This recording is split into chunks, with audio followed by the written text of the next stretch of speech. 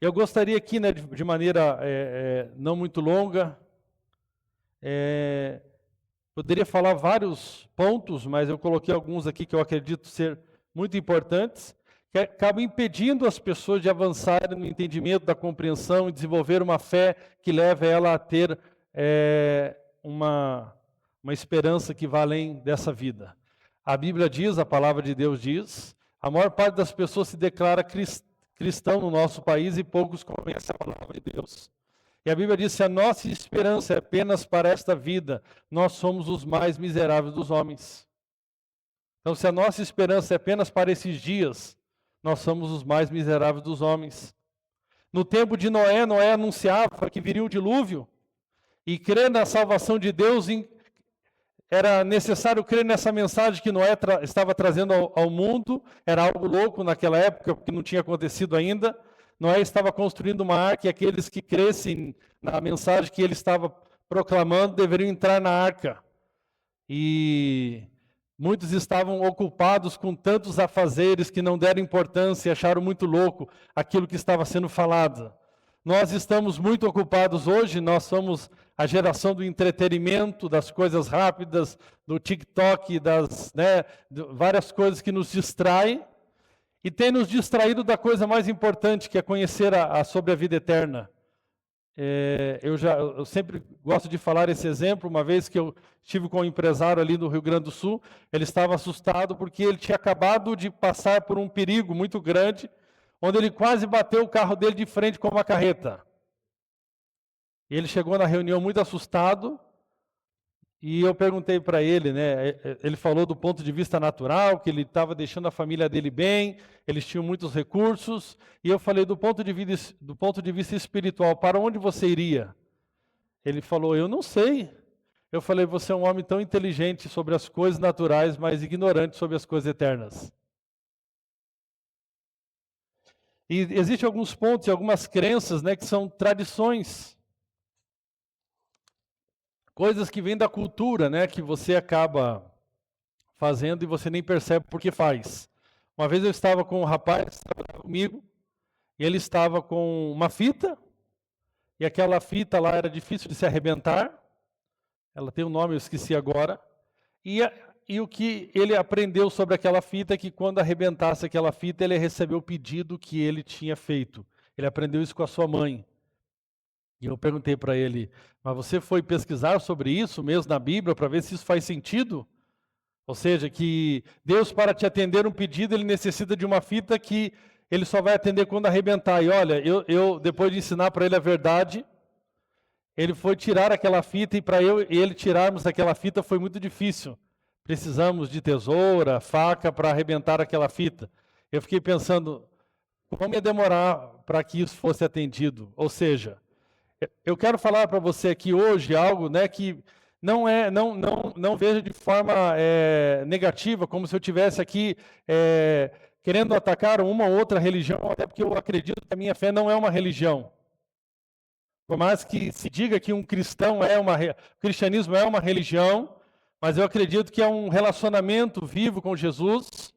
Até no estudos sobre religiões se coloca o cristianismo como mais uma religião. Mas do ponto de vista colocando do ponto de vista negativo, a religião mais atrapalha do que ajuda. E muitas vezes nós estamos mais preocupados em seguir uma tradição religiosa, em seguir algumas coisas, do que simplesmente nos abrirmos para entender o que Jesus diz sobre a eternidade, o que a palavra de Deus diz sobre a eternidade. Será que tudo que você aprendeu, será que tudo que a tradição que você recebeu da sua família, de fato tem a ver com Jesus? Então isso é tudo muito importante, e é necessário ter humildade para ouvir, e não fechar o coração, né? E tem uma coisa que o diabo ganha muito quando se fala, né? Religião, futebol e política não se discute. Ou seja, é mais ou menos assim, não se permita falar sobre coisas eternas. É uma coisa errada. Como eu coloco uma fita no meu braço, dando um poder espiritual àquela fita, sem de fato saber se aquilo é a vontade de Deus. Existem algumas crenças, e eu quero falar para você, não entenda como um ataque, mas como uma advertência, como o amor de Deus nessa manhã, te orientando, te instruindo a você pensar certas coisas. Eu gostaria de que você me permitisse de ser um pouco mais direto com você. Sabe por quê? Porque eu não sei se tem outra oportunidade com você, de você ouvir essa mensagem que eu vou falar nessa manhã, e essa mensagem tem o poder de mudar a sua vida. Então, a primeira coisa que impede muitas pessoas de ter uma fé genuína, que leva ela à salvação, é a crença do quê? Basear a sua eternidade no achismo. No achismo. Eu acho que é isso. Mas acha por quê? Porque me falaram. Mas qual foi o nível de profundidade que você se envolveu nisso? Nós acreditamos em tantas coisas que são muito estranhas. Nós temos medo da sexta-feira 13. Nós temos medo de gato preto. Por que não temos medo de gato branco? Se acredita, e os antigos têm tanta crendices que é muito, muito estranho, né? O chinelo não pode ficar virado, porque senão vai morrer não sei quem. Quem que morre mesmo? A mãe. Imagine, minha mãe já teria morrido várias vezes. E por que você acredita que o chinelo tem o poder de matar alguém? Seria tão fácil matar alguém que você não gosta, então? É ou não é? A vida de alguém está na mão de um chinelo virado. São fatores como esses que muitas vezes parecem não ter nenhum prejuízo para nós, mas que nos trazem grandes prejuízos. Ou seja, porque nós ficamos no achismo. A própria Bíblia, né, elogia uns irmãos ali no livro de Atos chamados Bereanos. Por quê? Porque toda vez que eles eram ensinados, eles examinavam nas Escrituras. Ou seja, eles iam mais profundo, eles iam examinar as Escrituras. Eu quero desafiar você que nessa manhã a pensar mais sobre a tua eternidade. Será que tudo que você acredita é de fato aquilo que você deveria acreditar?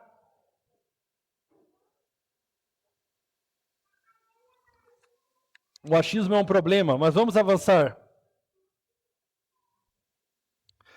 Eu gostaria de colocar aqui só um aspa. A tradição familiar é outro problema. Eu sei de pessoas, por exemplo, que eu já evangelizei, que deixaram de acreditar em algumas coisas, mas não podem mostrar isso para a família, porque custa caro mostrar para a família. Não é fácil, né, depois de muitos anos seguindo alguma coisa, abrirmos mão do nosso orgulho para reconhecer que estávamos cegos. É difícil. Uma pessoa me disse um dia, eu tenho tanta certeza que eu estou certo que tenho medo de estar errado. É difícil reconhecer certas coisas. É difícil, né, desagradar o pai, desagradar a mãe, desagradar a tradição da nossa família. Um pastor falecido, amigo nosso, pai do Henrique, quando ele se converteu, ele tomou um tapa na cara porque o pai dele não aceitou que ele confessasse Jesus, porque isso ia contra a tradição. Se você é de um país muçulmano, se você confessar a sua fé em Jesus, vai lhe custar muito caro. Pode lhe custar ser deserdado e custar a sua própria vida. E com certeza custará a maior parte dos seus relacionamentos. Outra coisa que impede muitas pessoas de entender a salvação é acreditar que alguma coisa pode ser feita a respeito disso após a morte. Preste bem atenção. Por que eu vou cuidar da minha salvação? Se eu acredito que depois da minha morte eu posso contratar um pastor ou um padre que vai fazer uma oração e vai me tirar do purgatório e vai me garantir a vida eterna.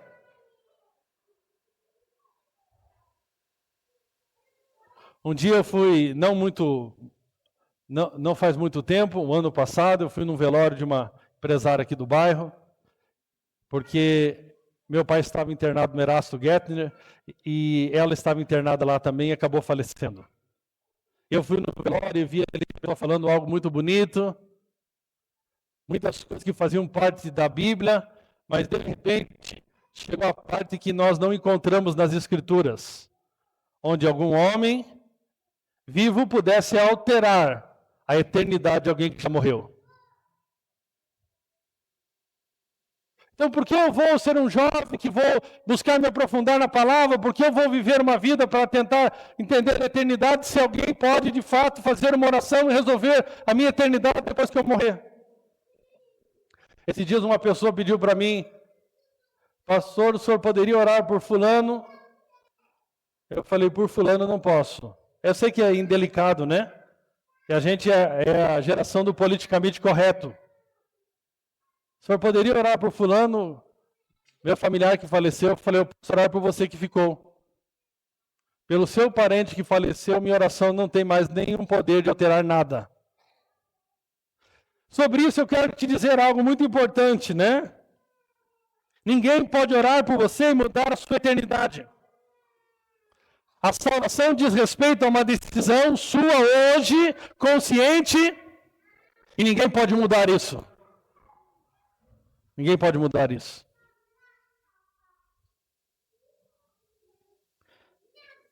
É comum também, só falar, por que isso é tão sério? Vou repetir. Porque isso tira a seriedade de você tomar uma decisão hoje.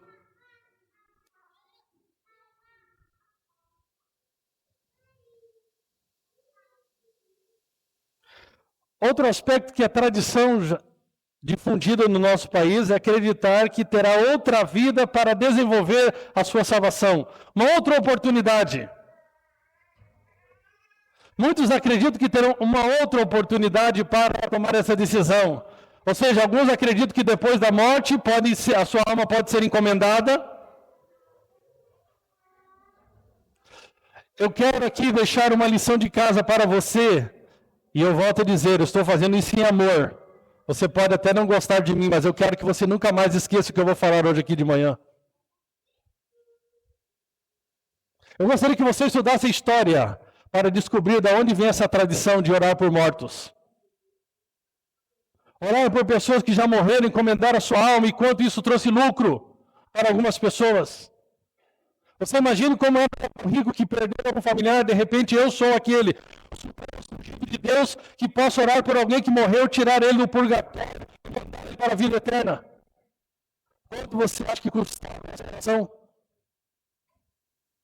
Em todas as épocas, em todos os tempos, pode-se chamar em qualquer tipo de religião aqueles que defraudam a religião para benefícios próprios. E nós temos essa outra tradição no nosso país, que é o pensamento, uma corrente religiosa, de que teremos outras vidas para nossa suposta evolução. Isso não é bíblico. A Bíblia diz, no livro de Hebreus, no capítulo 9, versículo 27, da mesma forma como o homem está destinado a morrer uma só vez, e depois disso entrar o juízo. Diga, uma só vez. Fala para a pessoa do lado, você não vai morrer duas vezes, não, só uma vez. A não ser que você seja um Lázaro aí, que nós vamos orar para ressuscitar, a única chance.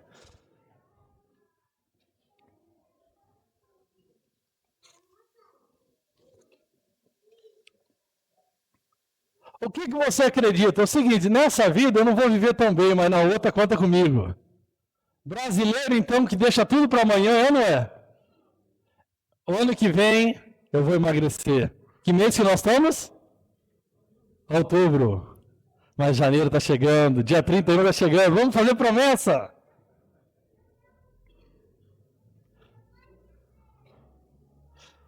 Gostaria que você pensasse, será que tem algum sentido aquilo que ensinaram, que se você pular 7 dias do teu ano vai ser bom? Eu quero dizer para você que isso mexe com a minha inteligência, eu não sou tão idiota para acreditar nisso. Que 7 dias vai mudar a minha vida.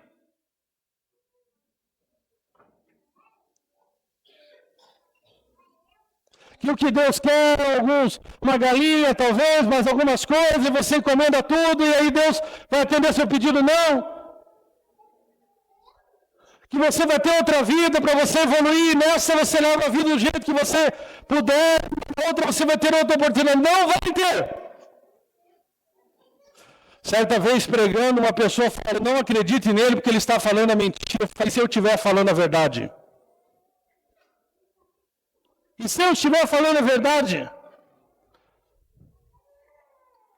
Se eu viver como se eu tivesse uma única oportunidade, eu estou vivendo, eu fizer daquilo que a Bíblia ensina, ótimo.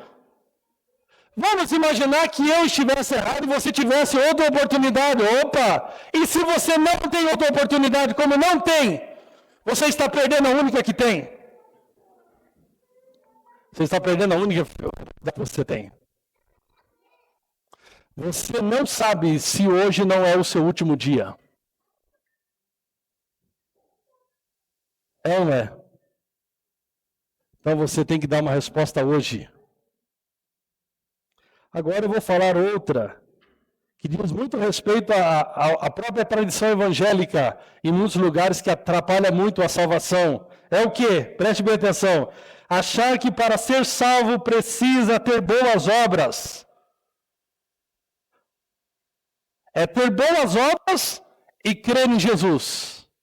Esse é o ensino comum. Isso impede muitas pessoas de entenderem a mensagem de Jesus. Eles imaginam que isso é chamado de arrependimento, mas crer em Jesus. Muitas pessoas, por não conseguirem mudar de vida, porque estão tentando da maneira errada, nunca recebem a sua salvação. Mas eu acabei de ler para você no começo da mensagem, a salvação não é por obras. Fala para o teu vizinho, não é por obras.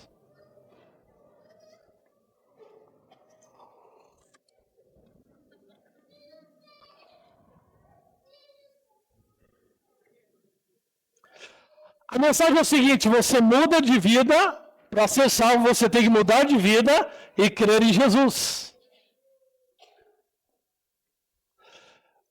Eu acho que você concorda comigo que tem muita gente que está no bar que não queria estar mais no bar.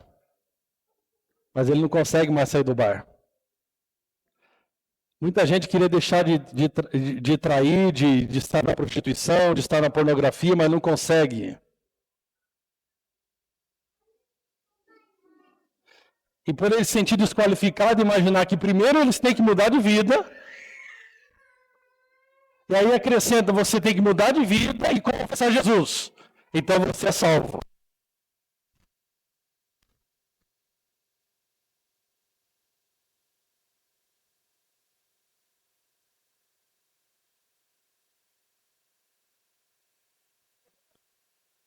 O problema é que eu sou um problema ambulante. Eu sou um problema da ponta dos pés até a cabeça. Por quê? Porque o homem sem Deus foi concebido no pecado. O homem sem Deus tem uma natureza que impede ele de andar em santidade. E ele não pode, por suas próprias obras, se salvar. Não pode, não consegue. Não tente. Por isso a salvação é Jesus e só Jesus. E mais nada além de Jesus. Amém? Essa palavra que diz que eu preciso mudar e crer em Jesus, então eu sou salvo. Muitas vezes uso como arrependimento. Mas o que é arrependimento? Arrependimento é mudança de mente, de pensamento, que vai fazer mudar de direção, é mudança de direção. É a mudança de direção que vem através do pensamento. Ok? Então, para ser salvo, eu preciso me arrepender, sim. Só que não dos meus pecados. No primeiro momento, eu preciso primeiro reconhecer que eu, por existência, por concepção, fui gerado em pecado. Então eu tenho um problema. Eu sou um pecador por concepção. E eu preciso de um Salvador. E esse Salvador é Jesus. Amém? Então eu preciso reconhecer que eu tenho sim uma necessidade, eu sou alguém pecador, Deus é santo e Deus não pode se unir com o pecado. E que existe agora uma forma de eu ser reconciliado com Deus. E essa forma é o quê? É crendo em Jesus. Marcos, no capítulo 1, versículo 14, diz o seguinte: Depois que João foi preso, Jesus foi para a Galileia, proclamando as boas novas de Deus. Diga, boas novas de Deus. Amém? Não é uma boa notícia eu falar para o usuário de crack o seguinte: para você ser salvo, você tem que sair do crack e crer em Jesus. Ele vai falar bem assim: crer em Jesus tudo bem, mas sair do crack eu não consigo. Não é uma boa notícia falar para o alcoólatra que ele tem que deixar de ser alcoólatra para ser salvo, mas e crer em Jesus. Ele não consegue deixar de ser alcoólatra. E se a salvação é por ele deixar de ser alcoólatra, a salvação seria então por obras. E não pela fé em Jesus. Não pela fé em Jesus. Então, o texto bíblico que nós lemos diz que a salvação é pela graça. E não é por obras. O texto continua dizendo aqui, Marcos 1:15. O tempo é chegado, dizia ele, o reino de Deus está próximo. Arrependam-se e creiam nas boas novas. Então, automaticamente criaram que arrepender aqui é mudar o comportamento primeiro. Mas se você olhar nos evangelhos, o principal público que Jesus lidou eram os judeus, que eram religiosos. E eles, diante da sociedade, já tinham boas obras. Eles já tinham boas obras. O que era esse arrependimento aqui, né? Eles reconhecerem que, primeiramente, que através das boas obras deles, jamais eles poderiam ser salvos. Diga, as minhas boas obras não podem me salvar. Amém? Não podem. Não podem. Então, o que significa isso? A primeira ideia, o primeiro arrependimento que eu tenho que ter é esse. Que eu jamais, por minhas próprias obras, tenho a possibilidade de ser salvo. E aí, então, aqui a Bíblia diz que vem uma boa notícia. Significa isso, mudem de ideia, mudem a ideia de vocês a respeito da salvação. E acreditem nas boas notícias. Ou seja, mudem a forma de vocês entenderem como se desenvolve a salvação. E acreditem nas boas notícias. Essa é uma boa notícia. Alcoólatra, você não precisa deixar na sua própria força o álcool para ser salvo. Apenas crê em Jesus. Fumante, você não precisa deixar o cigarro para ser salvo. Apenas crê em Jesus. Essa é boa notícia. Essa é boa notícia. Amém? Vamos entender como se desenvolve a salvação. Deixa eu falar algo para você. Se você está no mar, morrendo afogado,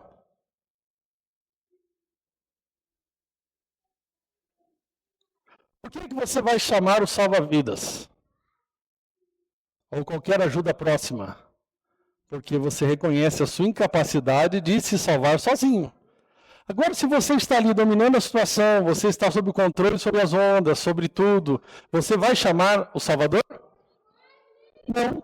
Você justamente chama o Salvador porque reconhece que você não consegue se auto-salvar. Esse é o ponto que todo ser humano precisa chegar. Eu não consigo me auto-salvar, eu preciso de um Salvador. Quem é o Salvador? Jesus. No Antigo Testamento, né, a Bíblia é dividida em Velho e Novo Testamento, tem coisas ali que apontavam para Jesus. Eram sombras de coisas vindouras, que se cumpriram em Jesus. Então, no Antigo Testamento, para alguém ter o pecado coberto, era necessário que ele apresentasse um animal para o sacerdote, para que o seu pecado fosse coberto. O pecado não era removido, mas era coberto. O que o sacerdote examinava para dizer se aquele sacrifício seria aceito ou não? Ele examinava o pecador? Não, por quê? Porque o pecador justamente estava trazendo o animal para ser sacrificado, porque ele por si só não poderia, por suas obras, ser proclamado perdoado e justo. Então ele trazia um animal, esse animal tinha que ter, cumprir algumas condições, sem defeito. O animal não era qualquer animal. Por quê? Porque o que seria examinado para que aquele sacrifício fosse aceito não era o pecador, e sim o sacrifício. O que Deus examina para salvar o homem não é o pecador, e sim o sacrifício que foi oferecido pelo pecador. Quem foi o sacrifício que foi aceito pelo pecado da humanidade? Jesus. Então, quando eu venho diante de Deus para ser salvo, Deus não vai avaliar os meus pecados, porque eu já estou ali porque sou pecador por nascença e preciso da graça de Deus. Então, o que vai ser analisado é qual o sacrifício que eu estou apresentando a Deus para que Deus perdoe os meus pecados. O que é ter a fé em Jesus? É apresentar Jesus a Deus como sacrifício. Dizer, Deus, eu creio no sacrifício que foi feito por intermédio de Jesus em meu favor. Você aceita esse sacrifício? Ele diz, isso já está aceito. Então nós somos salvos. Diga assim, não tem nada a ver comigo. Tem a ver com o sacrifício. Com a oferta. Diga, a oferta foi perfeita. A oferta é Jesus. Amém? A oferta é Jesus. Amém? Então, ou seja, o primeiro arrependimento que cada um tem que ter, ou seja, é você sair de cena. É você reconhecer que não pode se autossalvar. É você reconhecer a sua impossibilidade. E é você reconhecer o quê? Jesus. Como verdadeiro sacrifício.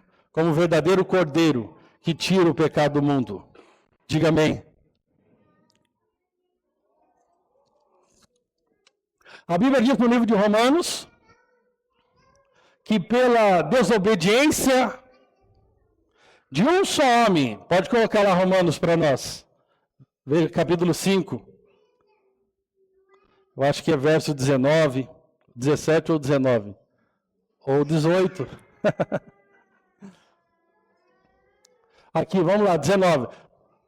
Vamos ler juntos, 1, 2, 3, valendo.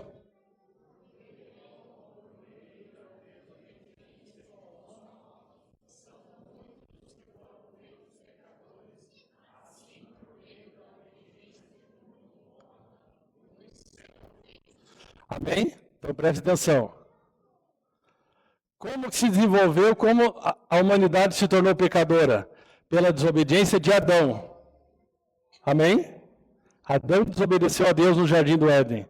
E porque nós nascemos de Adão, no nascimento natural, do relacionamento de um homem e de uma mulher, todos nós fomos feitos pecadores. Amém? Você herdou o pecado geneticamente. Agora, como nós somos considerados justos diante de Deus? A obediência de quantas pessoas? Quem é esse um? Jesus. Então, se eu preciso primeiro me transformar e mais crer em Jesus, a salvação se desenvolve pela minha obediência. Isso não é bíblico. A salvação se dá inicialmente pela obediência de um só. Jesus Cristo. Diga glória a Deus. Eu estou te contando uma boa notícia, está achando ruim ainda? Se você não quiser, tenta chegar diante de Deus. Ó, vamos fazer um cenário aqui. Você morreu, e você vai chegar diante do tribunal de Deus, e você vai chegar para Deus, Deus vai perguntar, por que você tem que passar a vida eterna aqui? Aí você fala assim, não, porque eu fui um bom homem. Aí tua esposa está de lado, já dá uma risadinha. Bom homem. Bom homem. Bom homem. Porque na tua cabeça, bom homem era trabalhar, mas na cabeça dela era você dar atenção. E você não dava atenção, então ela dá uma olhada. Bom homem, né? Nem a tua mulher considera você um bom homem. Nem pergunta para ela hoje, para você não passar vergonha. Aí você fala, porque eu paguei todas as minhas contas em dia. Aí você esqueceu de uma continha lá, comerciante do bairro lembrou no tempo do armazém, das bodeguinhas, ele esqueceu do feijão, né? Ele esqueceu do feijão. Mais do que isso, Deus pergunta para você, você já adulterou alguma vez? Aí você está do lado da tua mulher, você fala, jamais! Aí Deus lembra todas aquelas mulheres que você teve desejos errados com ela no coração. Ah, se eu pudesse essa mulher. Ai. Aí você está ali bem... Aquele cara de anjinho, né, santinho, Deus está sabendo. Aí Deus fala assim, ó, a senhora podia se afastar um pouquinho? Lembra aquela mulher lá que trabalhava com você, que você ficava falando, ah, se eu pudesse, ah, mas é muita areia para o meu caminhão. Mas eu faço 2 viagens, Deus. Mas a tua esposa não sabia disso. Você não teve coragem de ir adiante, ou porque a mulher não aceitou, ou porque você sabia das consequências. Mas Jesus disse, ouviste que foi dito? Não adulterarás. Eu, porém, vos digo, se você olhar para uma mulher com desejo impuro, você já adulterou com ela. Então aí você vai murchando, né? Ali diante de Deus, ah, Deus, não tem outro jeito de ser salvo, então. Agora é tarde. Porque você escolheu chegar diante de mim apresentando o seu sacrifício, as suas boas obras. Tem outro do lado, que é aquele seu vizinho. Você já sabia que ele devia na mercearia até por um tempo, depois ele foi mudando de vida. Ele teve uma juventude terrível, ele matou 2 pessoas. Até que não eram pessoas muito boas para a sociedade, 2 atleticanos.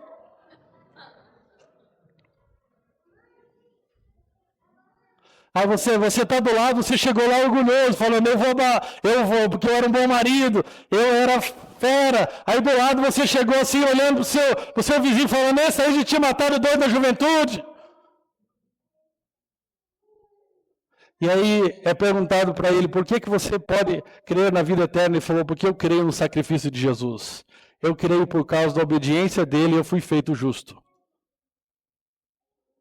Acabou a conversa ali. Acabou a conversa ali. Então, o primeiro arrependimento que nós temos que ter, a primeira ideia que tem que mudar na nossa cabeça, na primeira experiência com Deus é essa. Não tem nada que eu possa fazer, não tem nada que eu deva mudar, além de crer em Jesus para que eu tenha vida eterna. Essa é a mensagem do Evangelho. Essa é a boa notícia. Tem uma irmã nossa que está internada, né? Não sei nem como ela está agora, o quadro dela. Nossa irmã Correia, não sei se tem algum familiar dela que está aí. Ela já foi companheira da nossa irmã Irene em outras coisas não muito boas. E ela, essa semana, sendo internada ali, parece um caso um pouco grave. Ela só queria ter a certeza da vida eterna. E aí a nossa irmã Irene falou para ela, pode descansar, Correia, porque a tua vida eterna foi garantida por Jesus. Essa é a coisa mais poderosa e mais gloriosa que existe na vida. Você saber que a sua salvação não tem nada a ver com você. É um dom de Deus para que ninguém se glorie. Se você não acha que tem um motivo para merecer a salvação, você não é salvo. Se você reconhece que você tem todos os motivos para estar no inferno por toda a eternidade, você está no caminho certo. Mas eu ia na missa, eu ia no culto, eu dava oferta, eu dava o dízimo. Nada disso pode pagar pela sua salvação. Só Jesus. Sabe por quê? Porque lá na cruz, ele não tinha pecado, mas ele se fez pecado. Para você que não tinha justiça, fosse feito justiça de Deus. Essa é a mensagem do Evangelho. Essa é a mensagem poderosa do Evangelho. Amém? Isso é algo glorioso. Para ser salvo, você não precisa ser um melhor homem, mas com certeza você vai se tornar um. Porque essa salvação vai se desenvolver em você. Porque você vai receber uma nova natureza. Você vai receber o Espírito Santo. E com a ajuda dele, aquele que mentia não vai mentir mais. Aquele que roubava não vai roubar mais. Aquele que odiava não vai odiar mais. Mas você não vai fazer isso para comprar a sua salvação. Você vai fazer isso porque você é salvo. Querer ter boas obras antes de crer em Jesus é como se você quiser chegar limpo para tomar banho. Não, eu jamais vou entrar debaixo da água se não estiver totalmente limpo. Você só pode estar totalmente limpo depois que provou a salvação. Você só pode se santificar depois que creu em Jesus. Antes de crer em Jesus, nada. Sabe por quê? Porque se você altera as ordens, quando eu penso que eu primeiro me santifico, mas creio em Jesus, então eu sou salvo, a base da sua salvação são suas obras. Então você tem do que se gloriar. Quando você sabe que não tem do que se gloriar, você não tem nada com o que fazer, você depende exclusivamente da graça de Deus. Então, depois que você manifesta as boas obras, depois de salvo, você sabe que a glória é do Senhor. A glória é do Senhor, amém? Glória a Deus. Depois de salvos, a Bíblia nós vamos continuar vivendo uma vida de arrependimento dos pecados, comportamentos que não correspondem à nossa nova natureza, que vão sendo transformados. A minha forma de lidar com a minha esposa, a minha forma de lidar com o sexo, a minha forma de lidar com o dinheiro, tudo isso vai sendo transformado dia após dia, nessa experiência diária com Jesus. Mas eu continuo sabendo que eu não sou salvo por obras. Amém? Você pode dizer aqui nessa manhã, mas ser salvo é fácil assim? É fácil assim, mas é difícil para orgulhoso. É difícil para orgulhoso. Para ser salvo. Eu não visito para ser salvo. Eu não contribuo para ser salvo. Eu faço isso porque sou salvo. Eu não estou aqui tentando comprar. Essa semana eu estava em reunião de cristãos líderes. E o irmão falou lá, toda vez que eu prego, eu me ajoelho falando, Deus, eu estou aqui mais uma vez, para que o Senhor possa me salvar. Eu falei, diacho, nunca fui salvo ainda. Está pregando para todo mundo, nem salvo é. Você só pode amar se você experimentou o amor de Deus. A salvação é fácil, mas não é barata. Sabe por que não é barata? Porque custou a vida de Jesus. É fácil para mim, é fácil para você, mas foi muito caro para Deus. Porque Deus teve que dar o seu único filho.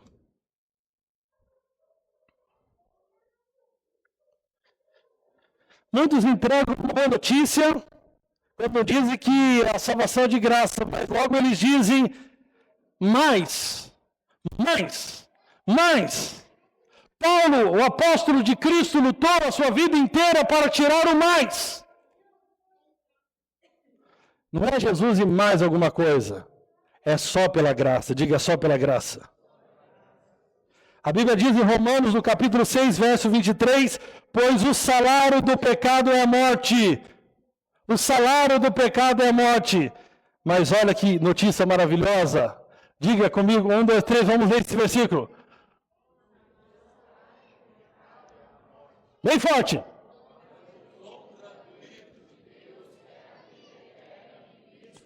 Oh, glória a Deus! O dom gratuito. Se você tenta pagar um pouco pela sua salvação, você não é salvo. Ou aceita de graça, ou não tem salvação. Deus não aceita. Tem pessoas que não sabem receber, já viu isso? Elas não sabem receber porque são orgulhosas. Eu não gosto de dever favor para ninguém. Orgulhoso, né? Mas para Deus você deve não só favor, deve a vida e toda. Por isso que Paulo falou que era devedor. Você não pode pagar a sua salvação. Ou aceita que é de graça, ou não é salvo. Ponto. Não tem Jesus mais alguma coisa. Deus não aceita. Eu quero falar algo para você. Jesus fica satisfeito quando você procura Ele como seu Salvador. E não apenas como um grande mestre. Homens da Bíblia procuraram Jesus para aprender e ter mais conhecimento. Outros procuraram ele porque viram que ele era o Salvador. Deus tem grande alegria de salvar as pessoas. Ele é melhor Salvador do que você é pecador. Por isso que ele diz, onde abundou o pecado, superabundou a graça. Ele é muito melhor em perdoar do que você em praticar o pecado. Ele é poderoso. E eu quero falar nessa manhã, ele te ama demais. Vou repetir, ele te ama demais. Ele te ama demais.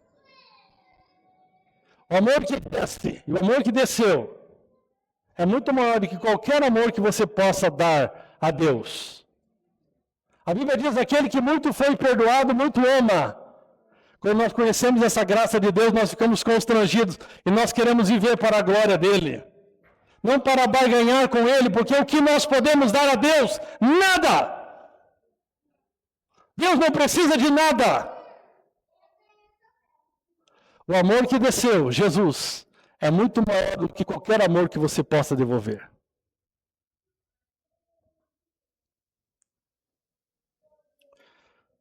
O texto bíblico de Romanos fala sobre a graça ali e diz que se é pela graça, não é pelas obras. Logo, se for pelas obras, já não é pela graça. Amém? Deixa eu falar algo aqui, nós estamos concluindo aqui a ministração aqui nessa manhã, teremos muito a falar. Graça é Deus te dar, fé é você receber. Ninguém é salvo é salvo pela graça mediante a fé. Se Deus está te oferecendo a salvação, mas você não recebe pela fé, não recebe esse presente, você não é salvo. Você está recusando o presente. Não recuse mais o presente. Receba o presente hoje. Nós temos ali em Lucas capítulo 15, você pode ler na sua casa, falando do grande amor de Deus pelo pecador. Por um lado, Deus é justo e precisava condenar o homem, porque o salário do pecado é morte. Por outro lado, Deus é amoroso e gracioso e queria salvar o homem. Como Deus resolveu isso? Na cruz. Na cruz é Deus se entendendo com Deus a respeito do homem. Deus teria que julgar o pecado da humanidade, mas como Deus amou o mundo de tal maneira, Ele deu Jesus para receber a punição do nosso pecado. Ali fala de um Deus que vai atrás da ovelha perdida, da moeda perdida e do filho pródigo. Deus está todos os dias tentando que você entenda essa mensagem gloriosa que eu estou pregando para você nessa manhã. E sabe o que ele fez nessa manhã? Falou, vou usar uma criança para trazer esse cabeça dura, para vir ouvir a minha palavra. A sua religião não tem poder de salvar. A sua tentativa de ser bonzinho não tem poder de salvar. Só o que tem poder de salvar é a fé genuína em Cristo Jesus. Reconhecendo, eu não tenho nada para oferecer a Deus. Eu só tenho que receber gratuitamente um sacrifício que foi feito em meu favor, pelo meu amado Jesus. Eu preciso te dizer algo. Não existe salvação fora de Jesus. Vamos jogar aberto aqui. 1 Timóteo capítulo 2, versículo diz. 1 Timóteo capítulo 2, versículo 5 diz. Pois há um só Deus, diga um só Deus, e um só mediador entre Deus e os homens, o homem Cristo Jesus. Deixa eu falar para você que vamos jogar aberto hoje. Eu volto a dizer, eu prefiro que você vá bravo comigo do que eu não te fale a verdade. Não adianta você pedir para Maria, não adianta você pedir para Paulo, não adianta você pedir para o pastor, não adianta você pedir para ninguém. Só um pode reconciliar você com Deus. Jesus Cristo. Maria nunca pediu para ser adorada. Pedro nunca pediu para ser adorado. Paulo nunca pediu para ser adorado. Quando Pedro estava diante de Cornélio, Cornélio se ajoelha diante de Pedro. Pedro fala, levante porque eu sou homem como você. Se Pedro vivo não queria que ninguém se prostrasse diante dele ou adorasse, quanto mais morto. Mas é difícil reconhecer que há vários anos eu tenho colocado um intermediador entre eu e Deus, e que não é só Jesus. Infelizmente, muitos têm acreditado que tem que pedir para a mãe pedir para o filho. Não, ou você pede para o filho, ou não tem negócio. Não tem. É só o filho. É só ele que salva. E ele, de forma graciosa, vem dizer, eu morri pelos seus pecados. Você não pode pagar por eles, mas eu paguei o que você não poderia pagar. Como eu sou salvo então? Eu creio nessa mensagem com o coração e confesso Jesus com a boca. Eu confesso, dizendo, Senhor, Tu és o meu Senhor, Tu és o meu Salvador. Eu creio que eu não posso pagar pelos meus pecados, mas creio que o Senhor pagou no meu lugar. Me recebe como filho amado no seu reino. E a Bíblia diz, aos que creem, deu-lhes o poder de se tornarem filhos de Deus. Como que eu me torno filho de Deus? Abandonando os pecados e crendo? Não, crendo primeiro. E depois, gradativamente, a salvação vai desenvolvendo e os pecados e as práticas erradas vão saindo da minha vida com a ajuda do Espírito Santo. Se coloque de pé nessa manhã. Louvado seja o nome do Senhor. O Espírito Santo te trouxe aqui para te dar essa boa notícia. Ele chama você ao arrependimento.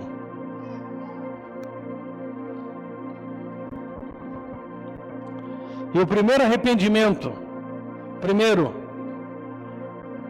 é você se arrepender da maneira como você achava que ia ser salvo.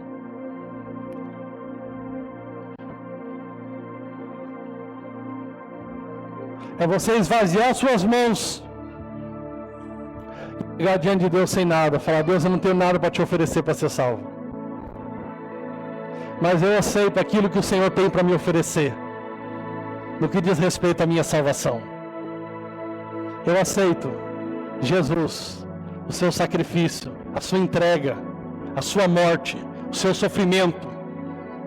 Eu aceito que Deus julgou os meus pecados em Jesus, para que nele eu possa hoje ter a vida eterna. Isso é algo maravilhoso. Sabe por que eu amo Jesus? Por causa disso. Sabe por que eu prego por causa disso? Sabe por que eu visito por causa disso? Porque isso é muito poderoso. Isso é algo muito poderoso. C.S. Lewis foi chamado para um estudo de religiões comparadas. E perguntaram para ele o que diferencia o cristianismo das outras religiões. Porque basicamente qualquer religião é você dar algo para Deus, então Deus faz algo por você.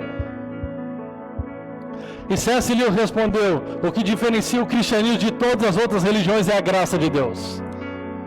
É a graça, é o favor imerecido. Glória a Deus. No cristianismo você não tem nada para oferecer para Deus, mas Deus tem tudo para oferecer para você. E esse tudo é Jesus. Aleluia. Você e eu não temos nada. O pior pecado que você cometeu, em Cristo já está perdoado. Basta que você creia. Amém? Basta que você se renda a esse amor hoje. Basta que você se esvazie do seu orgulho religioso.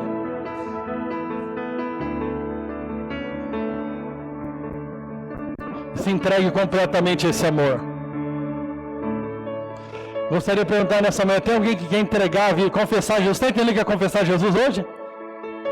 Será que ficou claro hoje aqui para você?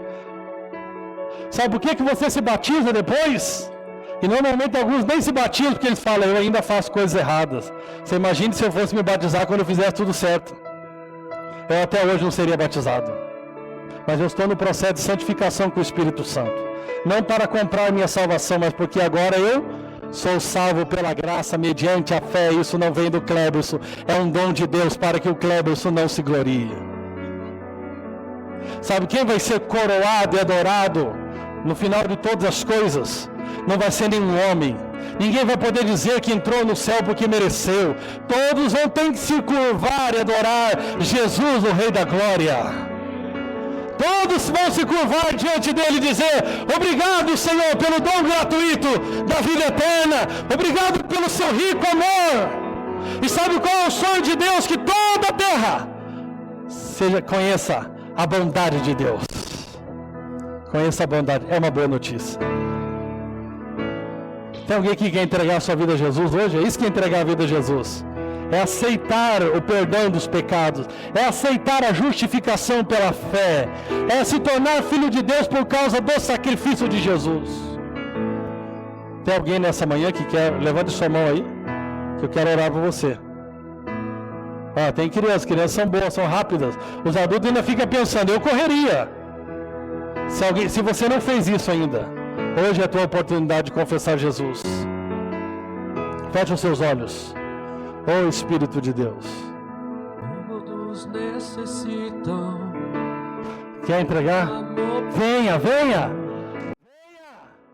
Aleluia, Ele morreu por você. Venha receber o perdão dos seus pecados. Venha receber a vida eterna. Aleluia, venha ser chamado de filho de Deus. Oh, aleluia, mais um aqui, aleluia, mais um.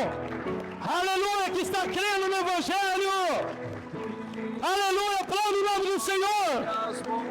Oh, aleluia, mais uma filha, mais uma. Aleluia, glória seja dada ao nome do Senhor. Aleluia, venha filho pródigo, venha, venha ovelha perdida, venha. Oh, glórias. Aleluia, bendito seja o nome do Senhor. Mais forte, igreja, aplaude o nome do Senhor. Aleluia, aleluia, aleluia. Oh, aleluia, aleluia, aleluia. Não é por obras, não é por mérito, mas é pela graça. Oh, aleluia. Oh, glórias. Oh, aleluia. Venha! Oh, aleluia! Venha! Venha para o Senhor! Oh, glórias a Deus! Um senhor chorando na presença do Senhor.